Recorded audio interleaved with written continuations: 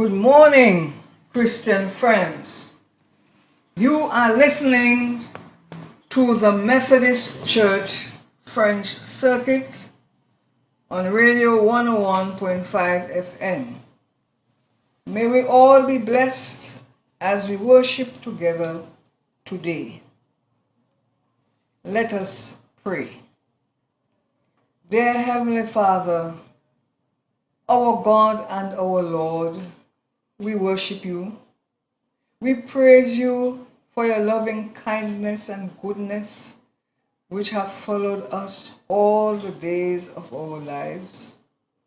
Continue your care and watch over us. Bless all those who have tuned in. May they all receive from you today what they are in need of. In the name of Jesus Christ, we pray with thanksgiving. Amen. Listen now to the song, My Hope is Built on Nothing Less Than Jesus' Blood and Righteousness. On Christ the solid rock I stand, all other ground is sinking sand. On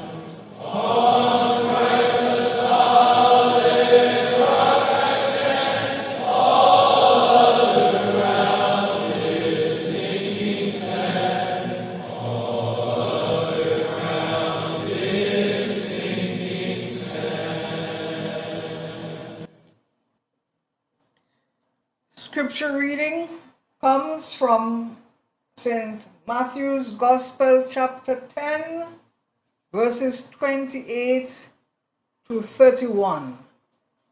Matthew 10, 28 to 31. Do not fear those who kill the body, but cannot kill the soul. Rather, fear him who can destroy both body and soul in hell. Are not 2 sparrows sold for a penny? Yet not one of them will fall to the ground apart from your Father. And even the hairs of your head are all counted. So do not be afraid. You are of more value than many sparrows. This is the word of the Lord. And our text for our meditation is verse 28 of Matthew chapter 10. Do not fear those who kill the body, but cannot kill the soul. Rather, fear him who can destroy both body and soul in hell.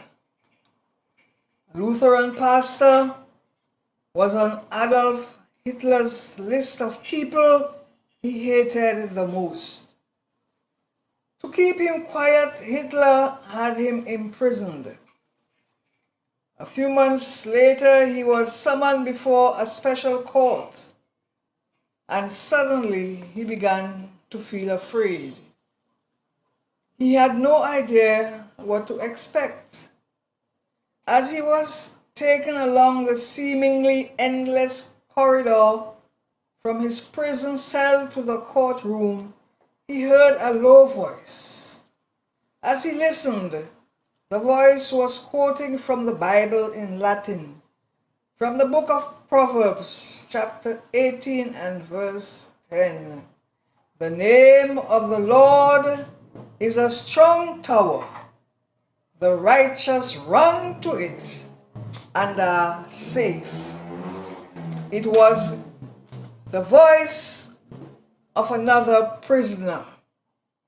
The words had an instant impact on the pastor. His fear vanished and his confidence in God was renewed. My brothers and sisters, trusting in God banishes fear. That's what Jesus was telling his disciples. He had been giving them instructions just before their first mission. He told them about all the dangers and hardships that they may have to contend with. He said, people will betray you, hand you over to the authorities who want to kill you. Everyone will hate you because you are my disciples. Suppose Jesus were here this morning and sends us out with these warnings. What thoughts would be racing through our minds? Who, me, Lord? Why not someone else? I can barely manage to get to church on Sundays. There are more people better suited to this kind of thing. Jesus is sending his disciples like sheep in the midst of wolves. So what does he do? Sell them life insurance? Give them a quick course in martial art and self-defense? No. He urges them to trust in God. Do not be afraid, he says. For only a penny you can buy 2 sparrows, yet not one of them falls to the ground without your Father's consent. As for you, even the hair of your head have all been counted. So do not be afraid. You are worth more than many sparrows. My brothers and sisters, God is in control. If danger actually does touch our lives, it is because, for whatever reason, God is allowing it to happen. We have very real problems out there in the world. And God will allow some of those problems to touch our lives. And we don't always know why. There is a mystery to it.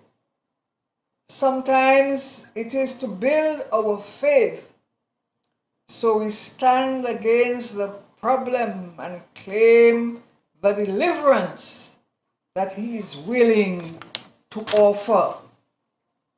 Other times, He allows that evil to shape us and to change us into new people. In the midst of our fears, we need to remind ourselves that God knows, God cares, God is with us, and God is in control.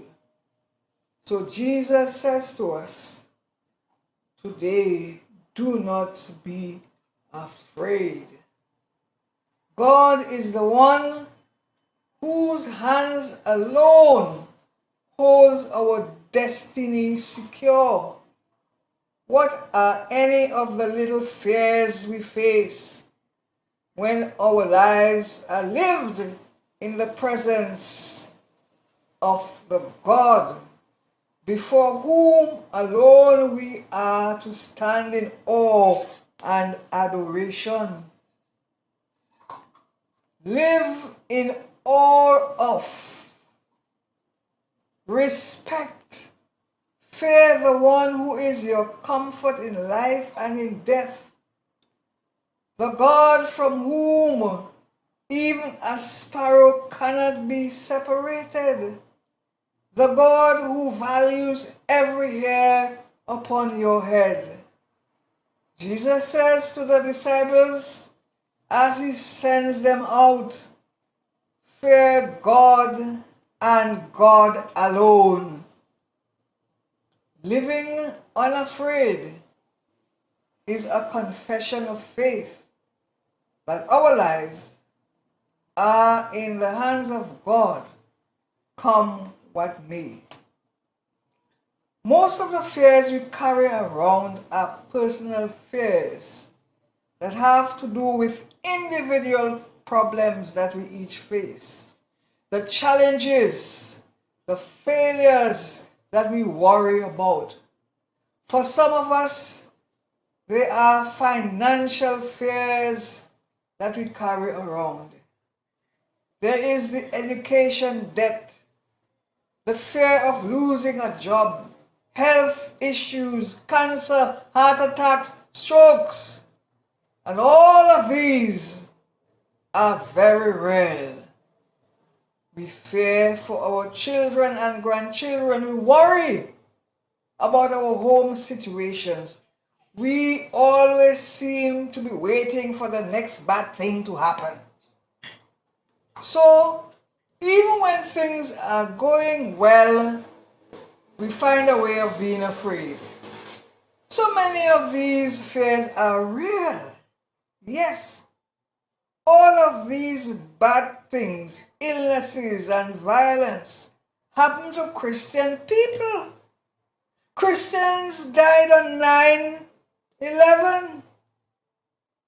Christians die because of earthquakes and hurricanes and volcanoes. The fact is that being a Christian does not make us immune to bad things happening to us. The question, therefore, is, what does God say about how we should face our fears?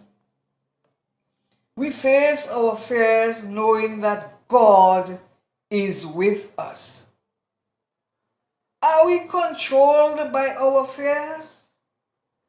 So much so that we refuse to take risks? in certain areas of life. There are certain things that we know that we should do, but we are holding back because we fear something, and that fear is controlling us. What are the fears that are controlling us right now? What are the fears that are controlling you right now, my brother, my sister? The point is that we should not give control over to anything or anyone that by frightening us would divert us from living the life given to us by God in order to live. We are not to let diagnosis and problems threaten our hope and threaten our relationship with God. When we begin to order our lives by what we fear or have been told to fear, we are in for trouble. To his disciples, who were to be witnesses to God's light in a dark and dangerous world, Jesus says, do not fear. Rather live in awe of a righteous and a powerful God. It is upon him our faith depends from beginning to end. In the name of the Father, and of the Son, and of the Holy Spirit. Amen.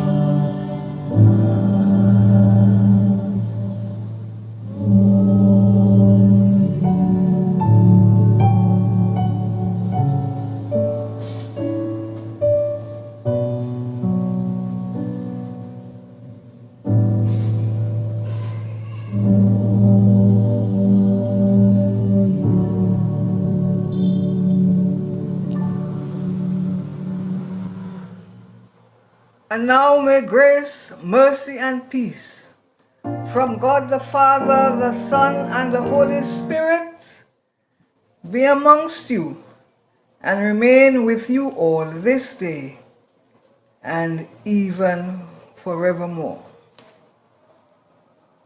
Have a blessed day, everyone, in the name of the Lord.